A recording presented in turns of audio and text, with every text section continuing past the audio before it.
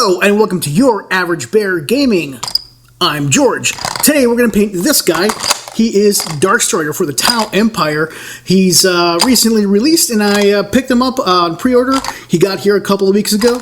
It's time to put him together and give him a good quick paint. So he looks pretty good, but doesn't take you hours and hours and hours. Let's give it a shot, shall we?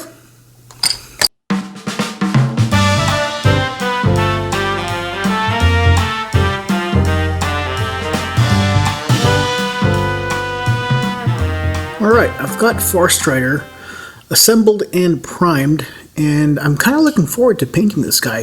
The build process was fine. There's a lot of little pieces, and getting the drones on there can be a little challenging. You're going to have to do some gluing and then just kind of waiting, because it doesn't like snap fit. It kind of just dangles there, so you kind of have to wait for the glue to set a little bit before you remove before you stop applying pressure.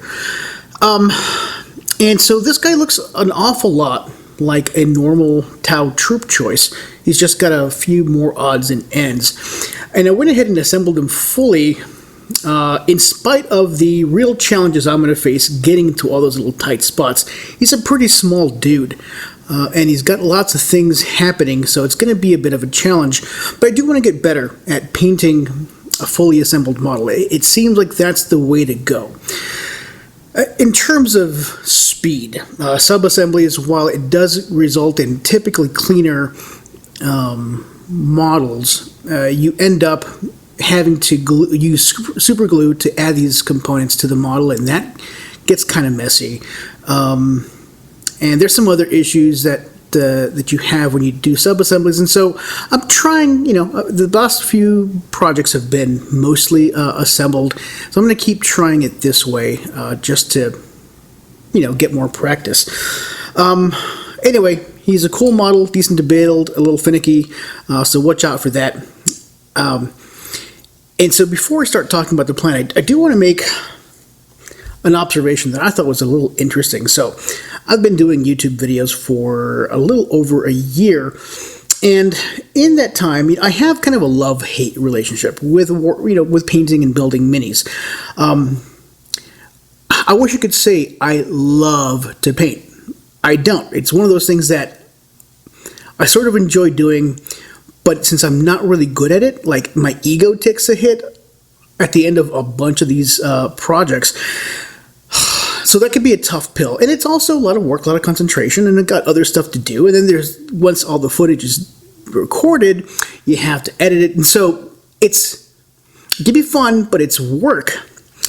And so I finished my last project a couple of days ago. And so after I finish, I clean up my workspace, I clean up all my brushes, all that kind of good stuff. And so my workspace is clear. And over the course of the day, as I'm sitting down and working, I found myself kind of peeking over to my workspace, because I do a lot of work from home. It's distracting not having a model either in the build phase or the painting phase. It's super weird. I've gotten so used to having something to work on that when I don't have something to work on, it feels wrong. I don't know if you have that same phenomenon or if I'm just super weird that way. Anyway, maybe there is something to be said about this plastic crack. Not just buying and collecting, but also working on these tiny little things and putting your heart and soul into something, and then at the end you're like, I could have done better. Anyway, let's start with the plan, shall we?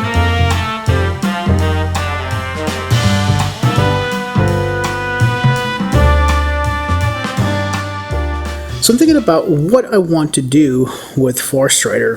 I have a couple of options. And so the first thing I'm thinking about is the color scheme. Now, I've done other Tau before. They have a, primarily gray color scheme with some blue accent colors. I think they look pretty nice. I've gotten some good comments about that selection. But this is Farsight. He is not part of the Tau Empire. He's kind of a separatist, I think. I read through the new codex, was an interesting read. I didn't know much about the Tau. Now I feel like I know a little bit more, but not a ton. But it is clear that Farstrider, he's off doing his own thing, and his Tau selections are different. And so I figured if I do any Farsight stuff, they're going to need a different color scheme than my normal Tau. And so I thought, you know, I don't do a lot of colors. I could use some more vibrant colors in my collection. So I decided on green. So I'm going to go with a green color theme. So like a darker green for his chest plate, a lighter green for his tunic, his pants, the cloth pieces of his armor. Probably maybe leather for gloves and boots. That sounds like a decent option. But even then I have another decision. So not too long ago I got these guys, the speed paint line from Army Painter. It's not the big kit, it's the smaller kit with just 10, but it has a green, and so I could do that, right? Now, because I typically like to do two related colors on my Tau, or just, I don't know, since I try to play with the different hues or different variations of a single color, I could experiment with mixing my speed paints, you know, like adding a little bit of white, add a little bit of brown to kind of give me a darker or lighter shade of the same color, the green. But I've decided I just don't know enough about speed paints. I've got them relatively recently. I've only used them on one project. I have a lot of experimentation to do, some of which you'll see on this channel. If you're interested, you know what to do. Subscribe. So I just don't feel comfortable enough with this guy. So we're going to stick with the usual quick painting approach that I do, which involves a base coat glaze, a wash over that, maybe some dry brushing, definitely some detailing, and that's pretty much all she wrote. I'm going to go with these two colors. This is from Army Painter's normal acrylic line. This is Angel Green, this dark one here, and Army Green, this lighter version. So those two greens together are going to be the bulk of Darkstrider's uniform. His face, I haven't decided what I'm going to do. I'll figure that out. So that's the plan. I'm going to start preparing my glazes, and we'll start applying base coats.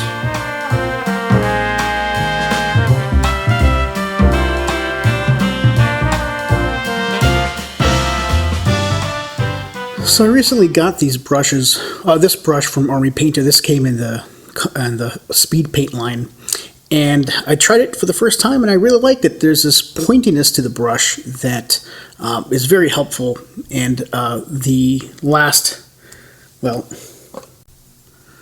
brushes I usually use don't have that same kind of pointy vibe. They're kind of flat. So I feel like the Army Painters are probably a bit more useful, and so I've bought a few more different sizes because I think it's going to help the quality of my results. I'm going to start with this glaze.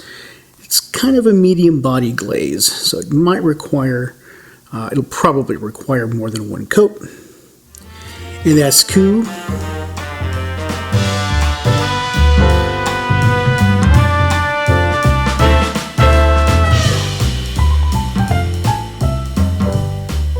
So I've got the first coat on there. It looks okay. It's a little dull, and that's fine. I think when the darker green goes on there, it'll have a nice contrast. But one tip came to mind almost immediately as I put on this glaze coat. You're probably going to want to mount this on a painting handle or whatever you use for a painting handle. I use this on the few occasions I actually feel like I need a painting handle, but whatever your solution is, you could use that. And the reason for this, the reason why I think it's going to be important here is because this model is really delicate. When you're moving the model around, to kind of get to different parts of the model, you have a few handholds, And these drones end up being kind of convenient handholds, but they're really not sturdy. They're connected to the rest of Darkstrider by the tiniest of connections, and they're kind of bendy. And if you're not careful, they're going to snap. So I don't want to be manipulating this. I don't want to be manipulating the model directly.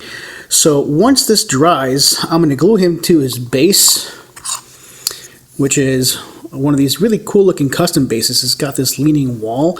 So yeah, I'm going to have to do that.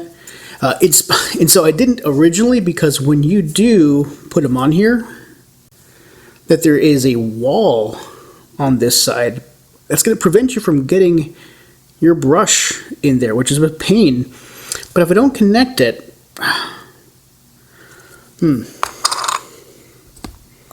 I mounted him onto this temporary base with some sticky tack. That'll help me mount him on a painting handle so I can paint to my heart's content without breaking any pieces. But that will prevent me from painting his boots.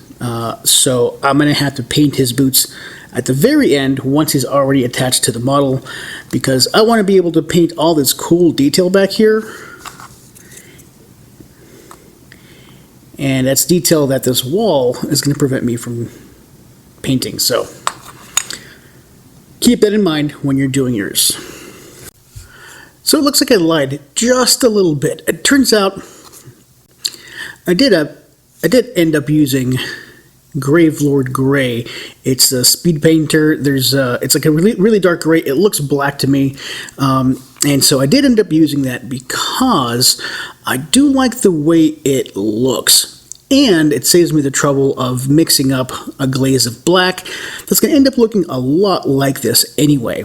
And so as long as I'm okay with that, with the undercoat, the priming showing up the way it does, like on here, as long as I'm okay with that, I think it's a good application. So I hit the weapon, which for my Tau are always black, and some of the equipment, so you see the drones here, they're black. I think it's a really nice look. Let's start laying down some of this darker green. And it sort of looks funny right now. I'm going to trust the process.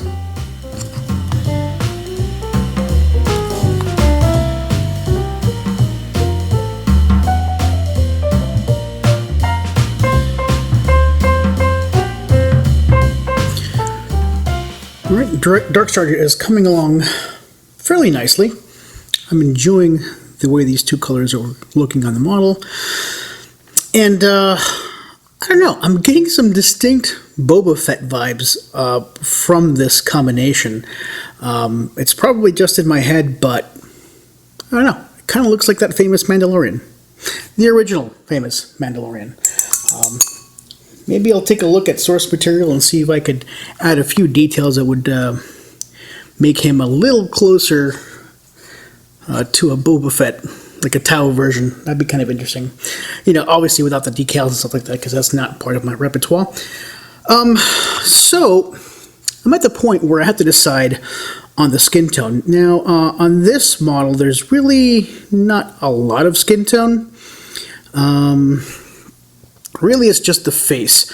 I mean, the argument could be made that the hands could also be skin tone, but I think I'm going to stick with kind of leather everywhere. So it's just the face, and I've decided that I'm going to take a gamble on Hive Dweller Purple. It's one of the speed paints. Speed paints from Army Painter, and I think in this case it might help because it is pretty translucent, and I do want. Oh, that's way darker than I expected.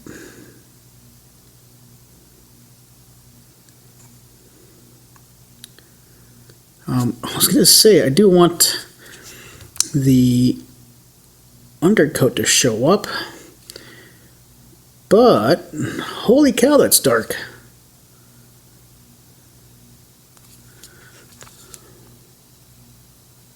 Oh, you know what? It's lightening up. Okay. Yeah, I'm hoping it's going to do some additional lightening up. It's really, really dark purple. That's not what I intended to do. But let's just see. I mean, we are going to do some extra steps over that. But it's just a little striking just how dark that is. It's a nice color, just not really what I expected for the face. For the last, well, among the last bits of the base coat, I'm going to go in and fill in these little pouches.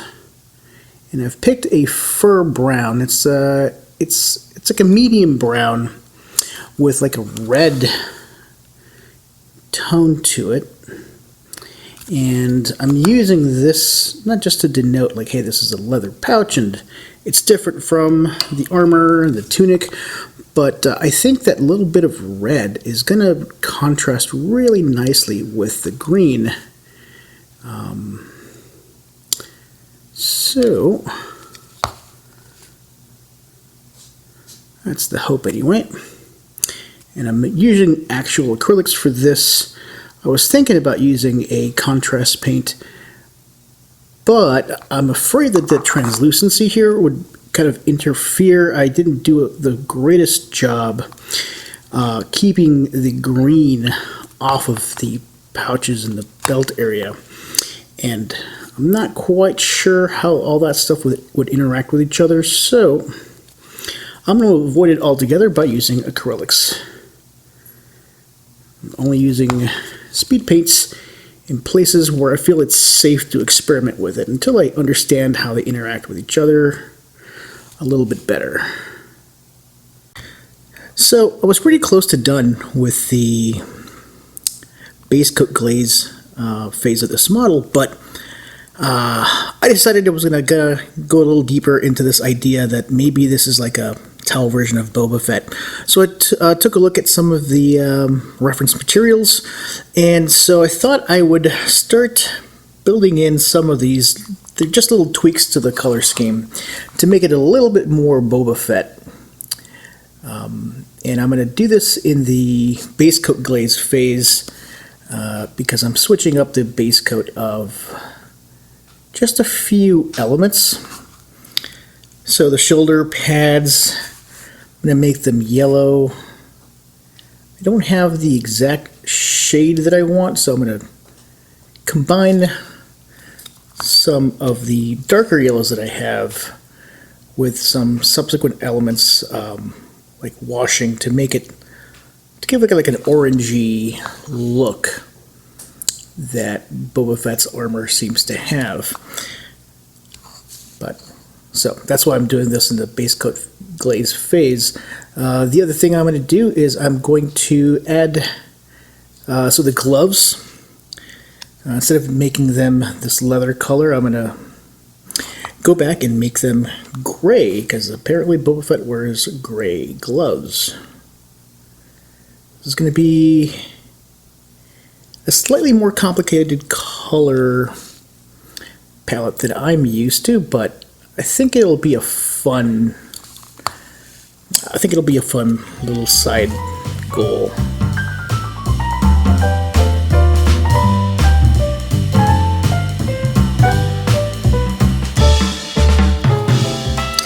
I'm pretty happy with how Farsight is turning out. I swear if I had planned to make him kind of look like Boba Fett, there's no way I would have ended up with a model that looks this good. And this has just been the Basecoat Glaze. So I finished all that stuff, and I put in a fair amount of details, but just the base coat of the details. And so it looks kind of cool, but it's pretty undynamic. It's kind of flat. It is time to make a change by starting with our washing phase. So I'm going to start with some green tone from Army Painter, and this green tone is going to go on anything that's green. So the tunic and the shell of the armor, all that stuff's going to get A good coat of the green tone should help deepen the color a bit and give it some shadows, establish the midtones, and let some of the highlights kind of show through. It's fairly standard for my quick painting kind of approach.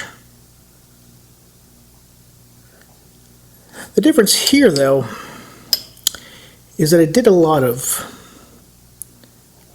quite a bit of detail work already, so it's a little harder to add the wash. To be a bit more careful, I don't want to get this green on anything that's yellow, for example. For the base, I've played around a little bit with it, and so this is what I have. It looks like the inside of, it looks like maybe tile, so I gave it some alternating colors, a very light blue and just a slightly off-white, and gray for concrete everywhere else. And this is also going to get a wash. And I'm going to start with some Nuln oil. This is normally would use something like Army Painter's Dark Tone, but I don't want to have that much of an impact on the color. So I'll try this first, and if I'm not happy with the look, I'll change it up. On those yellow parts of armor, I brought it down a bit, so it's not as contrasty, it's not as vivid. I added some flesh wash to that, just to kind of make it a little less in-your-face yellow, with still being yellow. I'm going to do the same thing with these leather pouches, but for different reasons. I want them to look pretty leathery, and flesh wash kind of helps with that. So I had to touch up the pauldrons, those little armor pieces that are yellow. The wash dried really ugly, so I just went over them a little bit with some of that yellow again.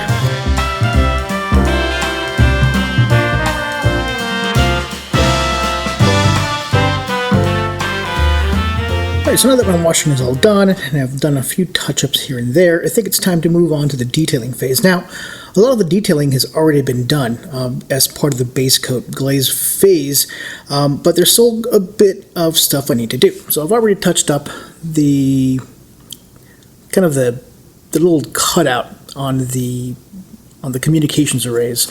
So there's red, so some of these are green, some of these are red, and I'm sorry, some of them are green, some of them are gray, and I've added a little red detail to them. But there's a couple of places where I could use a bit more of this detail. So there's a little circle in the middle of the armor. I'm going to hit it with some gray again. Boba Fett's armor has a little splash of gray. There's not a symbol, but there's just like a piece of the armor that has some gray in it, so I'm going to play that up here. Putting in some dots of white for the optical sensors on these little tiny drones. That'll be an undercoat for some other color. And I'll add a different color for these little communication arrays, just to provide some variety. Add some white to his hair, which I haven't really done anything about so far. I think I have as many details as I need on the upper body. I mean, they're mostly nailed down, so I'm going to start work on the boots. These are going to be gray. I had to look this up if I wanted to match, in spirit, Boba Fett's armor. I didn't know what kind of boots Boba Fett wore. Turns out they're gray with some green accents, so that's what I'm going to go with. The accents will be different, but the general idea will be the same.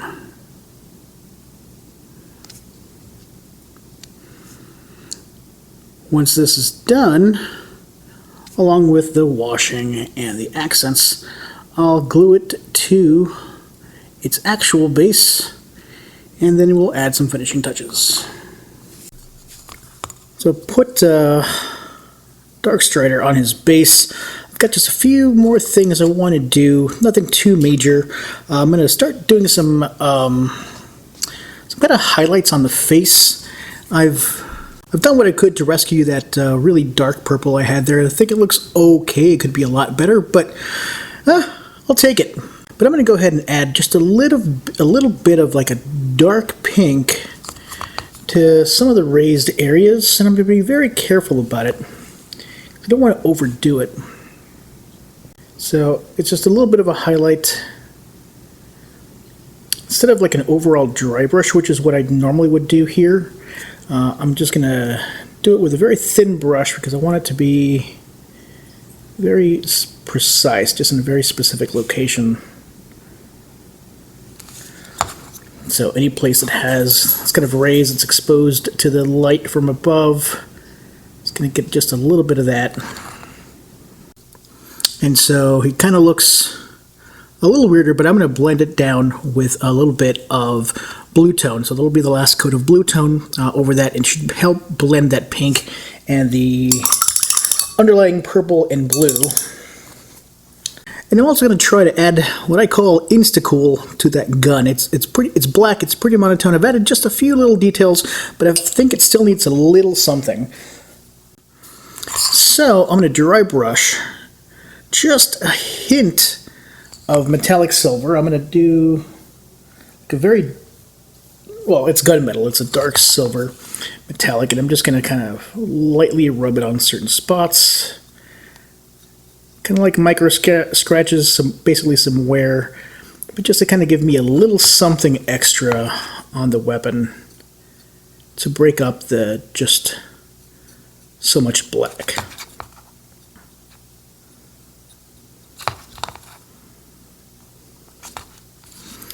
Maybe I'll do something similar with these drones. They've got a little bit of color to them, but not a ton. Our good friend here has some buttons on his backpack. I'm going to start undercutting those with my kind of off-white in preparation for dotting them with more traditional colors for buttons like red, green, blue, that sort of thing. But that starts with just an undercoat,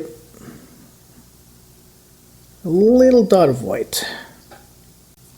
All right, so finally got a pretty nice little dots of white.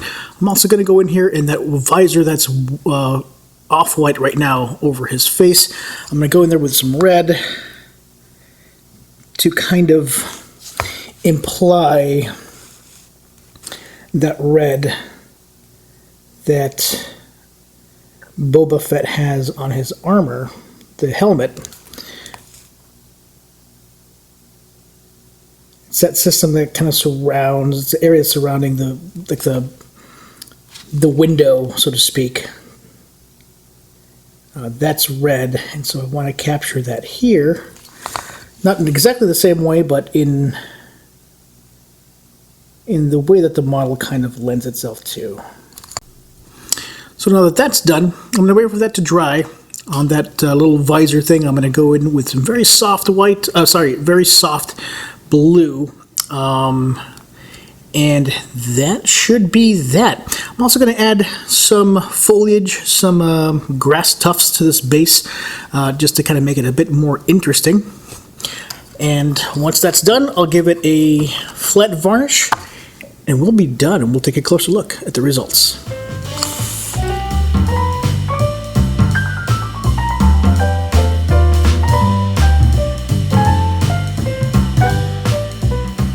Alright, here is Darkstrider. He's all finished. He looks pretty snazzy. This model was kind of a happy little accident. I didn't anticipate doing anything special with him. He was just going to be a normal Tau dude with some extra little hover drones, and that was going to be that. But along the way, trying a new paint scheme for him, I discovered a similarity, a happy little accident, similarity to Boba Fett, one of a kind of a fan favorite character from a science fiction IP, and I kind of went with it. It involved a bit of a change in plan, but it ended up with me doing something that I'd never tried before. This is kind of there's a lot of colors on this model, and I mean, I'll be honest, it doesn't look great. I feel like there's just way too much happening here. But, you know, I have a towel model that kind of has a Boba Fett vibe. How can you dislike that? And so maybe in the future I can try maybe a squad of Pathfinders that has maybe not this level of complexity, right? Like, I like the yellow bits of armor. I like the 2 shades of green, although it's really hard to pick out that there are 2 different shades of green. I think the shades of green were really too similar here, especially after darkening them with with green tone. So, you know, if I do something like this again, I have to keep that in mind, that I need to have colors of green that are different, kind of a bit more different from each other. But yeah, I think maybe I can do some Pathfinder, something like that, with armor kind of looks like this, but maybe without all the extra red tidbits. So, yeah. Another thing that I should probably point out is I'm really not happy with the face, but it's, you know, I don't know where I went wrong. Maybe it's too soft, like the details on the face are too soft. I don't know. But that's certainly an area of improvement for the model. I will say this model is pretty tight, and what I mean by that is there's a lot of difficult to reach areas in this model, particularly if you attempt to paint it on its actual base. So at minimum, I do recommend painting the model separately from the base. But this is one of those models that it might not be a bad idea to paint in sub-assemblies. There's just a lot of little tiny places to get at, and it's really hard to get in there. The model is pretty small, particularly if you're used to Space Marines, kind of like I am. And the pose is kind of scrunched, so like the arms are closer to the torso than you would normally find, and so those two things make it a more difficult paint. Yeah, overall, I'm pretty happy with this model. Not necessarily because it's executed well, but it is executed to a better level than I usually do. It's a little busy, a little bit of a riot of color, which I'm less comfortable with, but I don't know. Maybe that's just me. Maybe it looks okay, and I need to do a better job.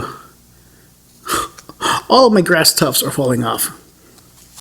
I hope you enjoyed watching this video. I learned a lot, and I was happy to discover the fun in trying something new. If you enjoyed this content, please, I would encourage you to leave a like and or a subscribe. Tell a friend, all that good stuff.